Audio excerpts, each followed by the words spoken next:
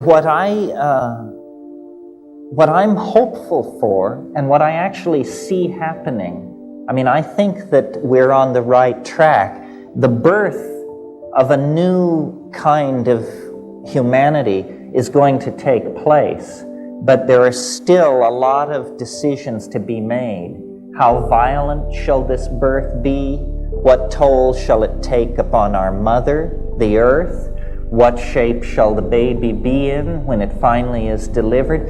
These are the decisions that artists can mediate and control. Most people are afraid of the unconscious.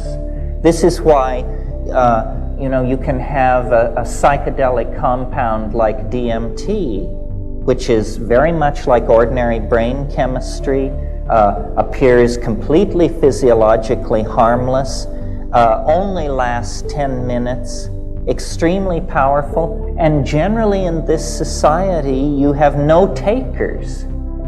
This is because there has been a failure of moral courage, and the failure of moral courage is perhaps most evident in our own community, the community of the artists. In a way, it's the poets that have failed us because they have not provided a song or sung a vision that we could all move in concert to. So now we are in the absurd position of being able to do anything, and what we are doing is fouling our own nest and pushing ourselves toward planetary toxification and extinction. This is because the poets, the artists, have not articulated a moral vision. The moral vision must come from the unconscious. It doesn't have to do, I believe, with these post-meaning movements in art, deconstructionism, and this sort of thing. I'm basically putting out a very conservative, but I think exciting program for art. That art's task is to save the soul of mankind, and that anything less is a dithering while Rome burns. Because if the artists who are self-selected for being able to journey into the other, if the artists cannot find the way, then the way cannot be found. Ideology is extremely alien to art. Political ideology, I mean. And if you will but notice, it is political ideology that has been calling the shots for the last 700 or 800 years. We can transcend politics if we can put some other program in place. You cannot transcend politics into a void. And I believe that a world without ideology could be created if what were put in place of ideology were the notion of the realization of the good, the true, and the beautiful. The three-tiered canon of the Platonic aesthetic. Reconnect the notion of the good, the true, and the beautiful. Then use psychedelics to empower the artists to go into this vast dimension that surrounds human history on all sides to an infinite depth, and return from that world with the transcendental images that can lift us to a new cultural level. The muse is there. The dull maps that rationalism has given us are nothing more than whistling past the graveyard by the bad little boys of science. You only have to avail yourselves of these shamanic tools to rediscover a nature which is not mute, as Sartre said in a kind of culmination of the modern viewpoint. Nature is not mute. It is man who is deaf.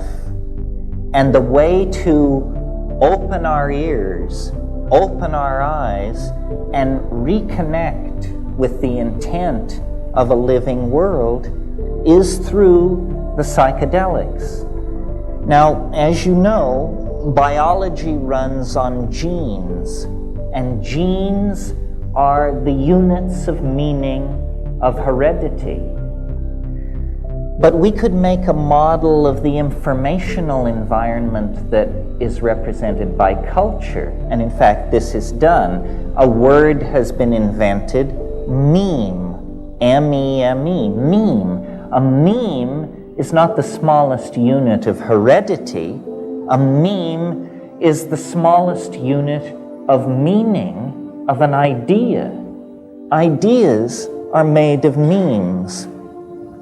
And I think the art community might function with more efficiency in the production of visionary aesthetic breakthroughs if we would think of ourselves as an environment modeled after the natural environment, where we as artists are attempting to create memes which enter an environment of other memes that are in competition with each other, and out of this competition of memes, ever more appropriate, adapted, and suitable ideas can gather and link themselves together into higher and higher organisms.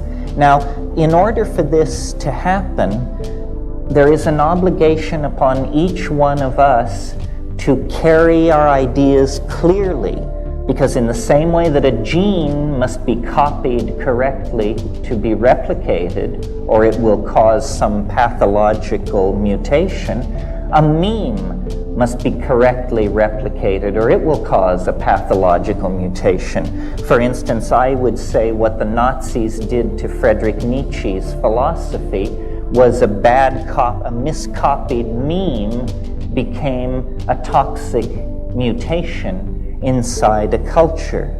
So I would suggest to the people in this room tonight that you take a good look around at who's here. Artistic people, psychedelic people look pretty much like everybody else out in society. But we have come here tonight self-selected for our interest in the empowering capacity of psychedelic plants and the empowering capacity of art. So we represent an affinity group, a population with a potential for mutagenic impact on the ideological structures of the rest of society. So look around. Someone here has what you need.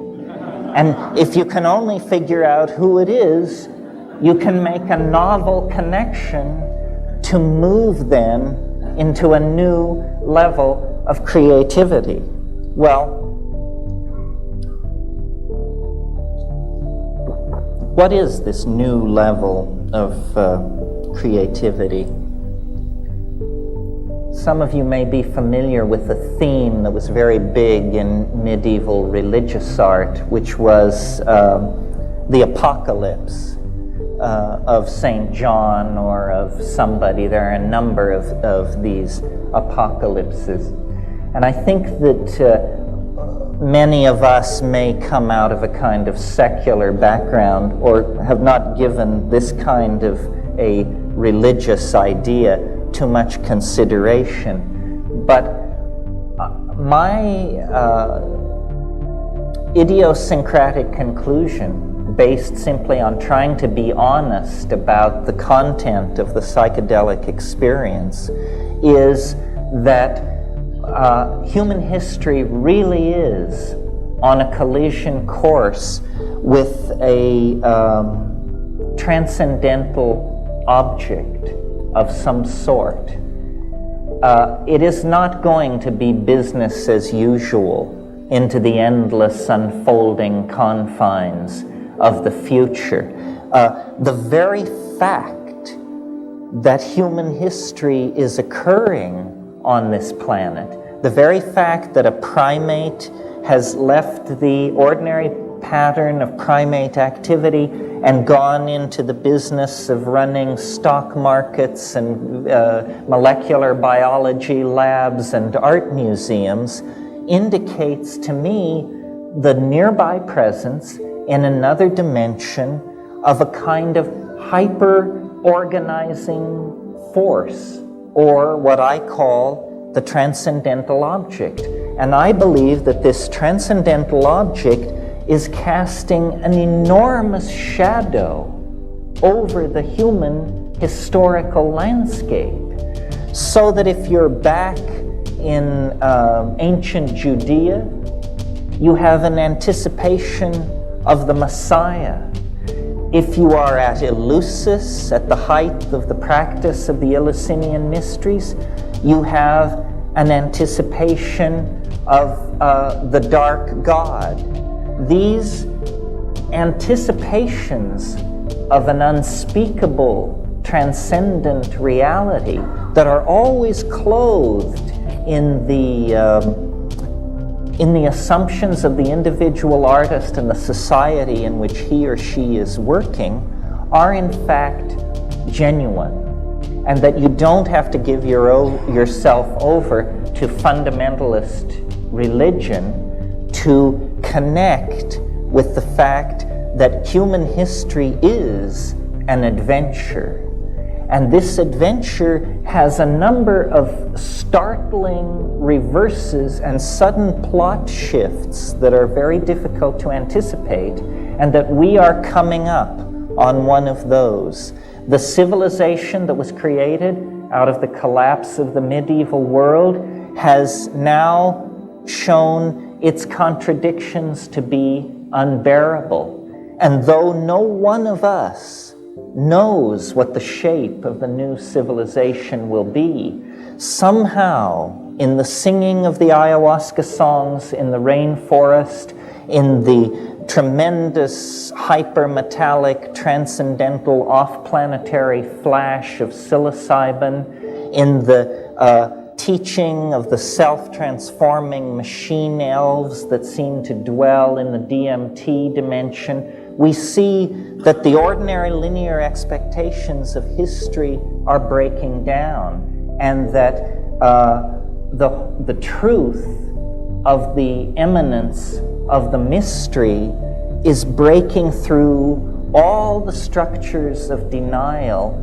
of the male dominator paradigm that has been in place so long. The way to make this birth process smooth, the way to bring it to a conclusion that will not betray the thousands and thousands of generations of people who suffered birth and disease and migration and starvation and lonely death so that we could sit here this evening. The redeeming of the human enterprise all lies then in helping this thing come to birth.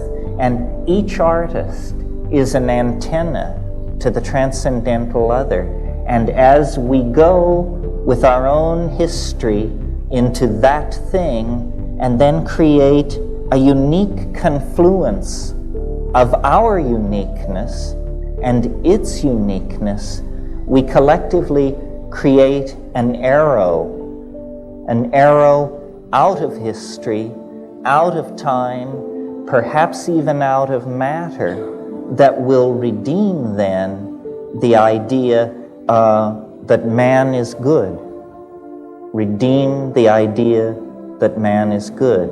This is the promise of art, and its fulfillment is never more near than the present moment.